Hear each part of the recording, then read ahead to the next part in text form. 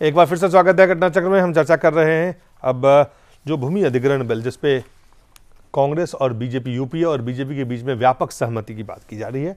सबसे पहले हम दिखाते हैं आपको कि जो अलग अलग राय जो आई है इस बिल के बारे में, वो आपको हम दिखाते हैं। नरेश सिरोही हैं, भाजपा किसान मोर्चा के हैं, उन्होंने क्या कहा वो आपको हम दिखाते हैं। जो इस तरह के बिल का प्रारूप आया है अखबारों के माध्यम से, अभी हम लोगों को मिला तो नहीं है, उससे तो लग रहा कि किसानों की जमीन सरकार एकदम सस्ते दामों पर लूट लेगी। पुनर्वास की कोई योजना नहीं है, जो चाहे जितनी जमीन किसान की कब्जा कर ले। ये तो एक तरह किसान लुटा पिटा इस बिल के बाद दिखाई देने लगेगा। और मैं नहीं समझ पा रहा हूँ इतनी जल्दी में कांग्रेस और भाजपा क्यों है। अगर चुनाव समय से होने हैं तो इस बिल को स्टैंडिंग कमेटी में भेज दें, वहाँ से 3 महीने में राय आ जाएगी, अगले सेशन में इसको ले आए। तो ये जल्दी का भी अर्थ कुछ और लग रहा है। मुझे लग रहा है कि ये लोग मध्यवर्ती चुनाव की ओर जा रहे हैं। हम किसानों के साथ है, गरीबों के साथ है। अगर किसान गरीब के हित में नहीं है तो समाजवादी पार्टी सड़कों पर लड़ेगी, इस बिल का विरोध करेंगे संसद से सड़क तक। और भाजपा के वरिष्ठ नेता, प्रतिपक्ष के भी नेता, विपक्ष नेता सुषमा स्वराज ने क्या कहा वो भी आपको हम दिखाते हैं। पिछली बार की बैठक में जो 12 बिंदु हमने दिए थे बीजेपी की तरफ से, लगभग उन सबको सरकार ने स्वीकार कर लिया है। आज 2 बिंदु हमने और उन्हें कहे। एक तो पिछले वाला बिंदु जिसमें हमने कहा था कि अधिग्रहण की बजाय लीज होना चाहिए ताकि ज़मीन की ओनरशिप किसान की बनी रहे। तो उस पर उन्होंने कहा है कि क्योंकि ये राज्य का विषय है तो केंद्र सरकार इसको नहीं कर सकती, लेकिन हम एक इनेबलिंग प्रोविजन लाएंगे जिसमें राज्य सरकारों को ये कहेंगे कि वो अपने अपने एक्ट्स में संशोधन करके लीज का प्रोविजन कर सकते हैं। दूसरी बात जो हमने ये कही कि एक चीज़ देखने में ये आई है कि जब ये बिल इंट्रोड्यूस हुआ था लोकसभा में, उसके बाद से लैंड माफिया बाजार में उतर गए और उन्होंने किसान से औने पौने दाम पे ज़मीन खरीद ली। और इस इंटेंट, इस नीयत से खरीद ली कि कल को ये एक्वायर होगी तो चौगुना मुआवजा हमें मिलेगा। तो हमने ये कहा कि ये बिल इंट्रोडक्शन के बाद से जितना लैंड ट्रांजैक्शन हुआ है, अगर उसमें से कोई ज़मीन आप एक्वायर करेंगे तो एक्विजिशन का जो कॉम्पनसेशन आप दे रहे हैं, उस कॉम्पनसेशन का आधा आप उस ओरिजिनल किसान को दीजिए जिससे वो ज़मीन खरीदी गई थी। ताकि ये जो एक स्कैंडल होने वाला है, एक घोटाला बड़ा बनने वाला है कि उन लोगों ने जानबूझ करके किसान से ये सोचकर ज़मीन खरीद ली कि कल को ये बिल तो पास होना ही है देर सवेर, तो वो चौगुना मुआवजा ले लेंगे। तो अगर आप ऐसी कोई भी लैंड एक्वायर करते हैं तो उसका 50% ओरिजिनल किसान को दीजिए। वो मान गए और कह रहे एक फॉर्मुलेशन लेकर आएंगे। और कांग्रेस के नेता और केंद्रीय मंत्री कमलनाथ ने क्या कहा वो भी आपको हम दिखा देते हैं। We have had a very successful all-party meeting on the land acquisition bill, and the bill will now move to the Lok Sabha and Rajya Sabha. The Business Advisory Committee will fix the time and the date, the number of hours for the debate. We move towards consensus. Largely there is consensus. Of course there cannot be unanimity, but largely there is consensus, and the object and reasons, everybody subscribes the need for this bill at the early. हमारे साथ वरिष्ठ पत्रकार Ashok B Sharma ji जुड़ गए हैं। अशोक जी, सर्वदलीय बैठक के बाद जिस तरह से दोनों नेता यूपीए के भी मंत्री हैं और सुषमा जी ने भी कहा कि व्यापक इस पर सहमति बनी है, इस पूरे ज़मीन अधिग्रहण में जो किसानों के तरफ से जो मांग की जा रही थी, क्या उन मांगों को लेकर गंभीरता से विचार करने के बाद उन प्रावधानों को, उन मांगों को लेकर इसमें आपको लगता है कि चीज़ें में बदलाव की गई है? देखिए, किसानों के मामले में कोई गंभीरता नहीं है। इससे पहले भी जमीन अधिग्रहण हुई है। फॉर एग्जाम्पल आपका एसीजेड के बारे में जी, जो आज जो है आपके ये विदेश व्यापार नीति जो उन्मोचन किया गया है, एनुअल सप्लीमेंट जो किया गया है, उसमें आपके मंत्री जो है आनंद शर्मा ने एक तरफ स्वीकारा जो जमीन अधिग्रहण किया गया था एसीजेड पर, और एसीजेड के व्यवस्था के लिए उन्होंने ये कहा कि मल्टीपर्पस प्रोडक्ट एसीजेड के लिए 1000 हेक्टेयर के बजाय 500 हेक्टेयर ज़रूरत है, और सेक्टर स्पेसिफिक एसीजेड के लिए 100 हेक्टेयर से कम किया गया है 50 हेक्टेयर। और IT SEZ के लिए और भी ज़्यादा कम किया गया है। और आपके ये जो है, जो उन्होंने ये भी स्वीकारा, जो SEZ के लिए जो जमीन अधिग्रहण किया गया था उसमें काफ़ी वेकेंट लैंड है जो कि ऐसे ही बंजर पड़ा हुआ है। तो इससे तय हो रहा है जो सरकार का भूमिग्रहण अधिग्रहण के लिए कोई एक व्यवस्था नहीं है, वो व्यवस्था की जो बनाने की है नहीं। जो कानून बनाने के प्रयास में सरकार है, जिस बिल को 2000 हम कहते हैं कि land acquisition rehabilitation and resettlement bill 2011 के नाम से, जो बिल को, जिसमें बीजेपी के एक तो उन्होंने कहा बीजेपी की तरफ से सुषमा स्वराज ने कि स्टेट को इनेबल करने की बात की, और दूसरा उन्होंने कहा सितंबर 2011 से के बाद भी जो किसानों ने, उनको भी जो आप मुआवजा देंगे 50% उसको भी मिलना चाहिए। और ये दो बातें, लेकिन CPM, DMK, सपा, तमाम तरह के दलों ने कहा कि इसमें काफ़ी ऐसे प्रावधान है जिसपे कि उनको ऐतराज है। बिल्कुल सही है। देखिए, जमीन तो आप अधिग्रहण करेंगे, 50% अधिक देंगे, किस बेसिस पर आप देंगे उसको? देखिए, जमीन जो है आप एक बार अधिग्रहण करने के बाद उसका जो वैल्यू जो है, मूल्य जो है वो बढ़ जाता है। हमारे साथ कृष्णवीर चौधरी जी हैं, भारतीय कृषक समाज के अध्यक्ष हैं, फोन लाइन पे हैं। चौधरी जी, जो व्यापक सहमति की बात कही गई है, किन बातों पे आपको लगता है व्यापक सहमति बननी चाहिए थी और किन बातों पे ये बना चुके हैं अब? देखिए, व्यापक सहमति की बात ये है दलीप जी। आपको मेरी आवाज आ रही है कृष्णवीर जी? हाँ, मुझे आपकी आवाज आ रही है। कृष्णवीर चौधरी जी से हमारा संपर्क हम फिर दोबारा कोशिश करते हैं उनसे। पुष्पेन, ये सबसे एक ऐसा विधेयक रहा जिसपे कि लगातार इस पे अभी भी अगर आप देखें बहुत दिनों से ये चल रहा है, इस पे बहुत दिनों से कोशिश की जा रही है, लेकिन अब जाके बीजेपी और कांग्रेस को अगर देखें तो उन्होंने आज बहुत दिनों के बाद कहा कि इन बातों को वो मान लिए हैं, तब हम जाके हमने प्रोविजंस को, जो प्रोविजंस बीजेपी सजेस्ट कर रही थी। चलिए कृष्णवीर चौधरी से पहले बात करते हैं हमारे साथ। चौधरी जी, ये जो बिल अब भूमि अधिग्रहण विधेयक बिल का जो रास्ता साफ हुआ है, इनमें कौन कौन से मुख्य बातें हैं जो आपको लगता है जिससे किसानों को फायदा होगा या नुकसान होगा? तो अब इसमें पब्लिक पर्पज बदल दिया इन्होंने। जो FDI रिटेल का है, सारे प्रोजेक्ट उसमें कर दिए इन्होंने। उसमें इंफ्रास्ट्रक्चर का जो जितना सारा कुछ था, गवर्नमेंट नोटिफिकेशन है, इंफ्रास्ट्रक्चर सेक्शन, वो सब उसमें कर दिया इन्होंने। प्रोजेक्ट फॉर हाउसिंग कर दिया, project for sports, health care, tourism, transportation, इन्होंने कुछ नहीं छोड़ा। एनी इंफ्रास्ट्रक्चर फैसिलिटी तक इन्होंने कर दिया उसमें। सवाल ये है कि किसान की जमीन को आप लूटना क्यों चाहते हैं? पब्लिक पर्पज के नाम पर कारपोरेट, पब्लिक प्राइवेट कंपनी को, मल्टीनेशनल्स को, FDI के सारे सेक्टर को।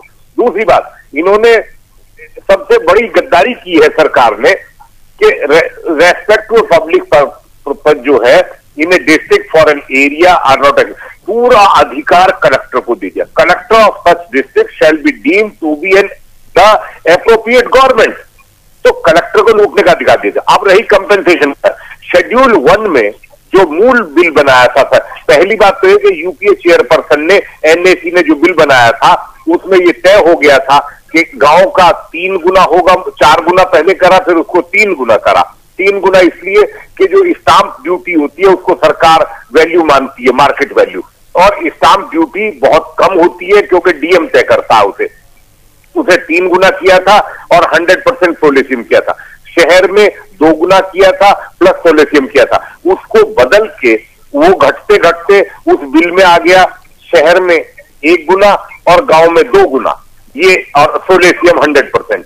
अब इसके बाद जबकि बिल फाइनल करके पार्लियामेंट में रख दिया, स्टैंडिंग कमेटी को चला गया, आखिर क्या वजह है कि अब उसे घटा के अब उसको शहर में 1 गुना और गांव में उसमें साफ सुथरा लिख दिया कि 2 नहीं 1 से 2।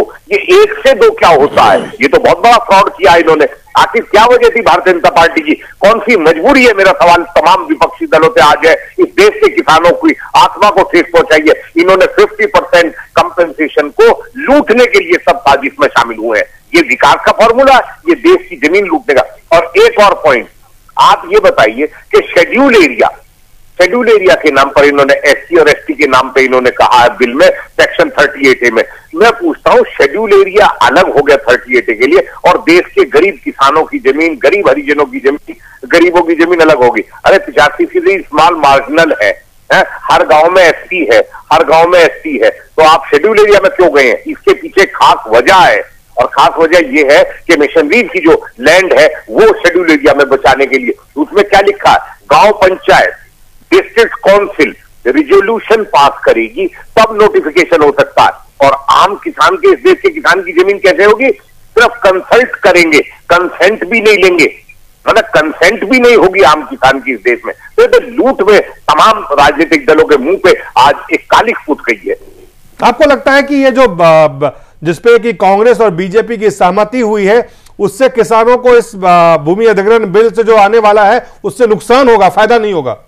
इससे भारी नुकसान होगा। मैं ये बता रहा हूं कि जब बेसिक बिल लाए थे, उस पहले तो बेसिक बिल, एनएसी के बिल को बेसिक बिल ने आधा कर दिया और अब इन्होंने और घटा दिया। तो ये जो बिल लाने का उद्देश्य क्या था? ये कहते हैं फेयर कंपेंसेशन। मैं पूछता हूं, अभी तक जो देश में लैंड एक्विजिशन हो रहा था 1894 के बिल का, दलित जी, उस फेयर कंपेंसेशन का मतलब ये था मार्केट वैल्यू, और मार्केट वैल्यू का मतलब है स्टाम्प ड्यूटी। तो वही स्टाम्प ड्यूटी तुमने रखी है, वही स्टाम्प ड्यूटी पहले से चली आ रही थी, उसी को मार्केट वैल्यू कहा जा रहा है। इनको शर्म नहीं आती?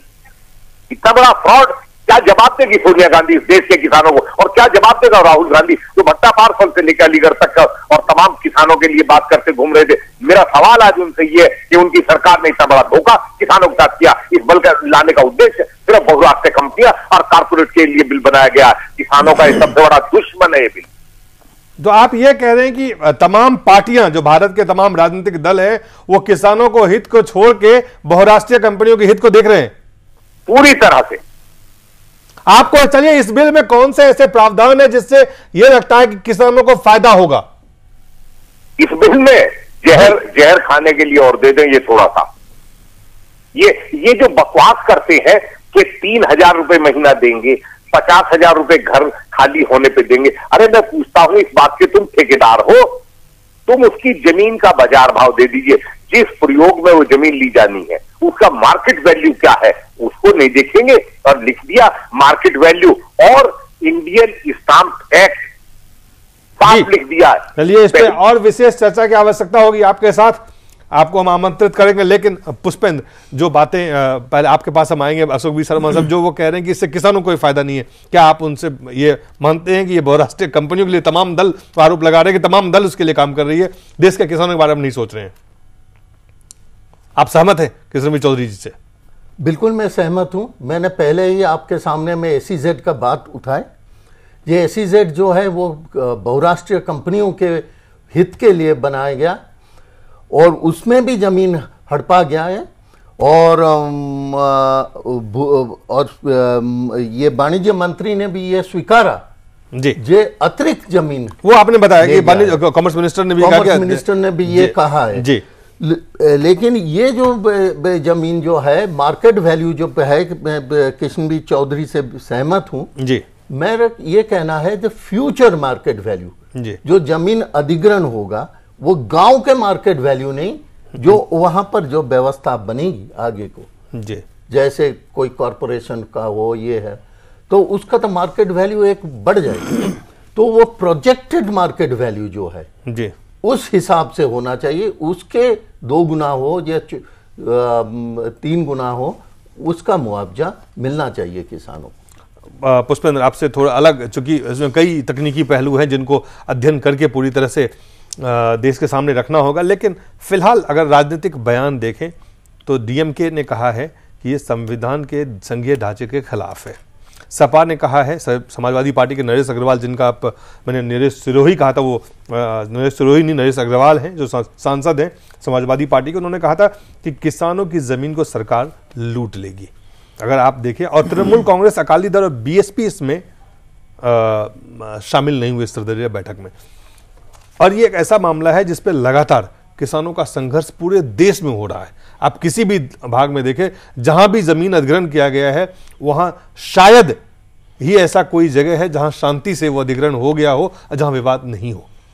देखिए, मुझे लगता है कि इस सरकार ने 117 साल पुराने इस भूमि अधिग्रहण बिल के बारे में जब आज ये बात कही कि हम बहुत ज़्यादा एक्सप्लॉयटेशन होता था और उसको बदलना चाहते हैं, भारतीय जनता पार्टी और ख़ासतौर से कांग्रेस पार्टी की आर्थिक नीतियों में कोई फ़र्क नहीं है, कहने का तरीका है। इसलिए आज जब जिस तरीके से सुषमा स्वराज जी ने कहा कि हमारी सारी मांगें मान ली गई हैं, हमने एक बात कह दी है कि ज़मीन को लीज़ पे दें ताकि किसान का जो उसका स्वामी बने रहने का अधिकार है वो बना रहे, मैं समझता हूँ कि दोनों लोगों ने मिलकर इस भूमि अधिग्रहण के बिल के तहत बहुराष्ट्रीय कंपनियों, मॉल बनाने वाले, बड़े बड़े उद्योगपतियों के फायदा पहुंचाने का एक नया रास्ता निकाला है, जिसमें इन्होंने सिर्फ मुंह जबानी किसान को, आदिवासी को, गरीब को, दलित को कहीं एम्पावर नहीं किया है, बल्कि उसको फुसला के, बहला के उसकी जमीन लूटने का एक रास्ता निकाला मेरे हिसाब से। बहुत बहुत धन्यवाद।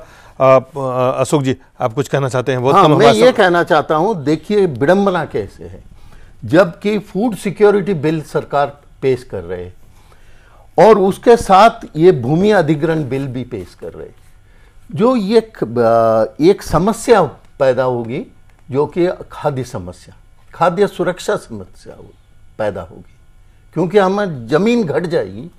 तो इसमें कोई खेती वाली जमीन, जिसका खेती वाली की जमीनी के बात में कह रहा हूं, खाद्य सुरक्षा बिल एक तरफ ला रहे और एक तरफ, चलिए हम कभी आप अलग से अब इस पे चर्चा करना, हमारा समय खत्म हो गया। आपका बहुत बहुत धन्यवाद अशोक जी। पुष्पेंद्र, बहुत बहुत धन्यवाद। आप सबका बहुत बहुत धन्यवाद।